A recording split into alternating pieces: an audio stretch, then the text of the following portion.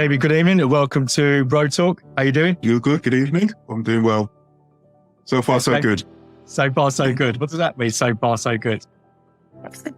We'll see. We'll see how this conversation goes. And I understand you've just finished a session with Man in the Mirror. Is that correct? Yeah. Really good session, actually. Okay. Can you tell us a bit more about Man in the Mirror? I know from the Michael Jackson song, but what is it? I was going to say, most people listening probably reference the Michael Jackson song. There's a link, but it's just basically at its basic group of guys getting together, just talking through different aspects of life and sharing ups and downs, challenges, past and present, and just doing it together online in the first instance. But there's been cases where we've met up face to face as well. A group of men coming together on a Monday night to talk. Doesn't that go against the narrative? Men don't talk. Men do talk. I'm actually sure that men do talk, and not just sports as well. And what you find is when one man is particularly willing to share something that may not be usually shared in the pub or amongst football talk, it's amazing how much that just opens a door for other men to feel, well, I can share as well. Yeah, and I've seen it so many times for it to be a coincidence. So yeah. Can you give us an idea, David, in terms of the topics that will be discussed on a Monday night between you guys?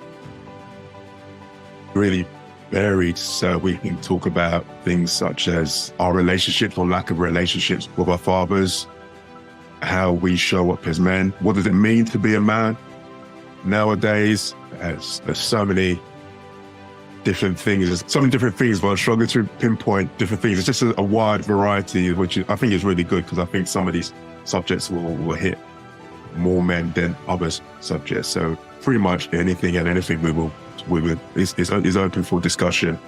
Trauma is something that we've covered as well. So yeah, the list grows of what we can talk about, just as like with life, different things come up in life as well. It's not restricted to a few subjects or a few topics. And would it be the same guys turning up every week? Would it be different men? Yeah, generally, as we have the same guys, we're always open to having new men come on board. But it's very much, we know how life is, how things happen. So you can just come as you're able to and come turn up. But yeah, at the core of it, we do have a group of guys who get to know each other. I do want to emphasize that it is open. It's not a closed group. It's not just a closed group and that's it. You're locked in and no one's allowed in. It's not like clicky or anything like that. One of the things that have been said by many men, whether they've been for one session or a number of sessions, is that it just feels like it's a safe space. It's a safe space to share as little or as much as you want. And it's one of the things I'm proudest of, because it's not down to me. It's just down to everyone. I think people, I can't the word out, replicate the same feeling they had when they first joined. It's a really good thing. And David, now I'm aware through our friendship that you're huge on men and mental health.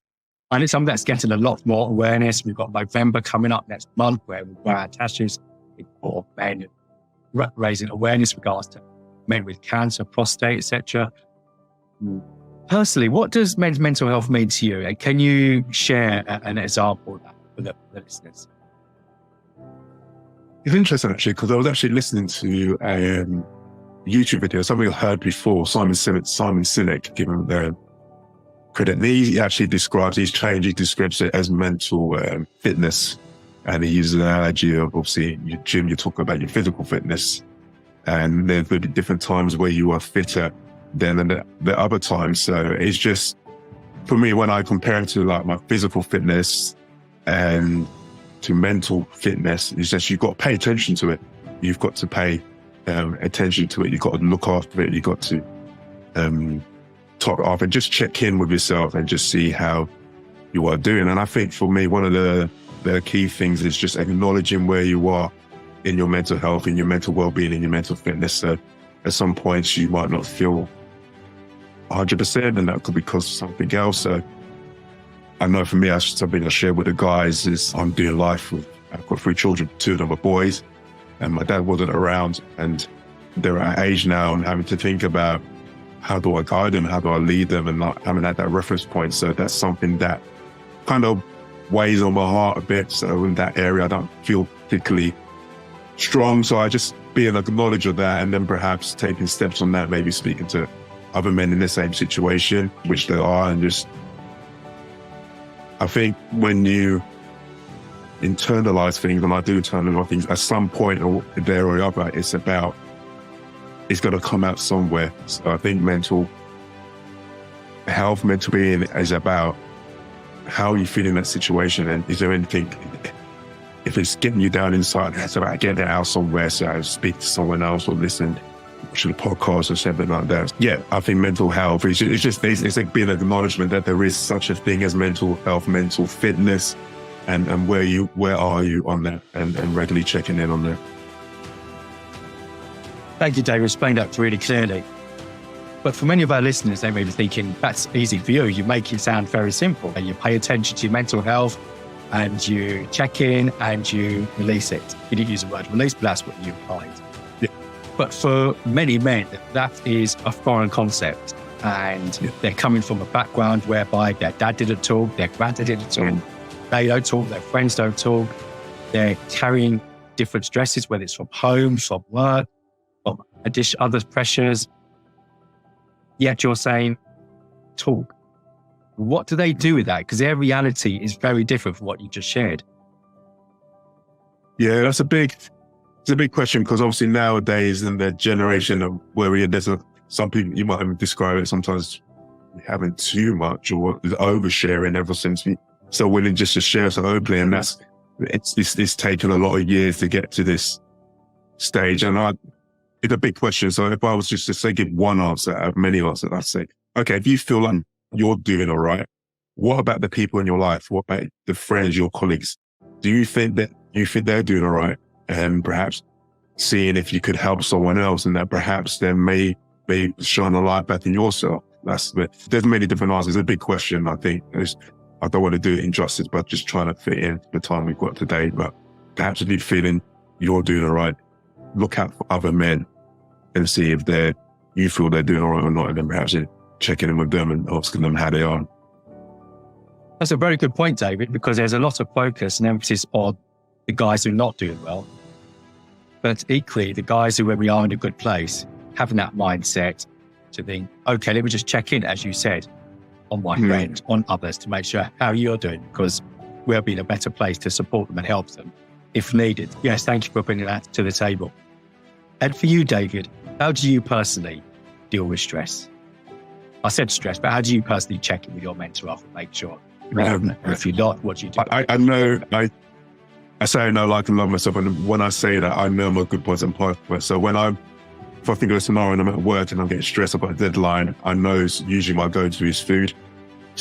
I think even knowing that I can do something about it. So yeah, if it's in the workplace and stress, I usually turn to food. I think knowing yourself is a good thing. So if you know what your touch points are, then you can acknowledge it and you can do something about it.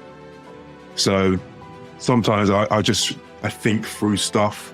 Sometimes it's work in progress. Sometimes I'll do something else. If I need an answer to a question and it's not coming in here and now, I'll do something else, and then some way, shape or form, the answer will come. Sometimes situations will work themselves. I'll have to exercise a lot of patience with myself in like a stressful situation with my kids. But in a sense, I think it's knowing yourself. And if you don't know yourself, I've done a lot of work, and obviously I do a lot of work in this space, and it helps. So I'm quite an open book in that sense. But if you don't, to try and get some encouragement, just ask yourself these questions. Think about, when I'm stressed, how do I tend to react? And just think, are there any kind of similarities that you observe? Or if you've got a trusted friend or trusted family member, ask someone close to you, when I'm stressed, how do you see me? How does that play out? And then just use it as a starting point. And if you're not happy with that, then you can take steps to change it. Thank you, David. And finally, what would you say going forward on an individual basis and a collective is need to change amongst them? We know the script, we need to talk, but that's important and it's needed and recognised. what would you say in a practical everyday as an individual person and as a collective of men? What needs to change for you? I'll start as a collective, and I'll start off quite big. And like I said, I work a lot in this field, and there's a lot of talk at the moment I'm seeing about what does it mean to be a man?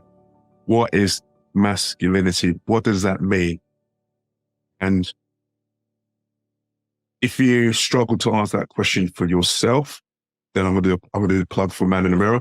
Come check us out. Come talk to us. If you feel you're in a good place, I'm gonna put out a rallying call. We need men who know themselves, who've got a strong identity, because there are a lot of boys, men who are lost, and we need strong men to help these men.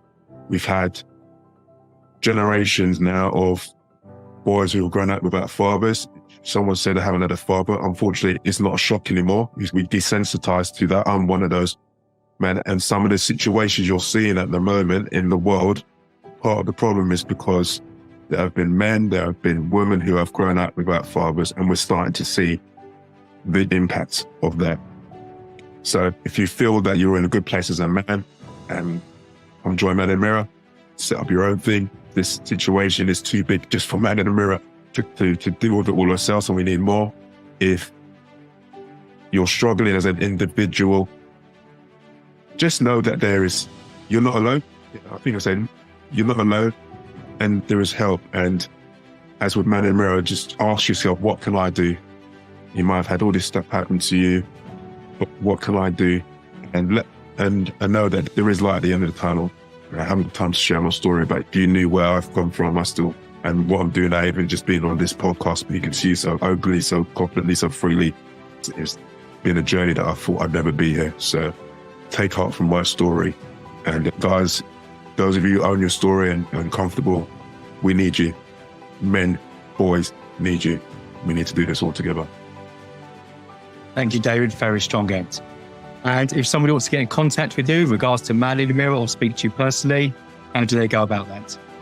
Yes, all things Man in the Mirror, maninthemirror.life, L-I-F-E. If you want to get in contact with me, Shyman Speaks, S-H-Y-M-A-N, speaks.com, or Google it and take it from there. Right, great. And your personal Shyman Speaks gives them an indication of your journey. Shyman Speaks. As in, yeah, Shy Man. David, it's always a pleasure. We went straight into it. I didn't even get the people to know that we met in 2017 in Mallorca and been friends ever since, and been especially since 2020, where you've taken it upon yourself to help bring together and lead a group of men every Monday night, faithfully, for the last 3 years to discuss life issues. Kudos to you. Well done. Keep it going. Thank you. Thank you. Thanks for having me as well. You're more than welcome. For those of you listening, there's a lot of valuable information that David shared. And remember, he said, very similar to JFK, think about what you can give. No matter what situation you're in, what circumstance you're facing, there is still something inside of you that you can give that would help another man or another boy. And he said, we need you. We need more men. We need more boys. Thank you. Thank you for listening.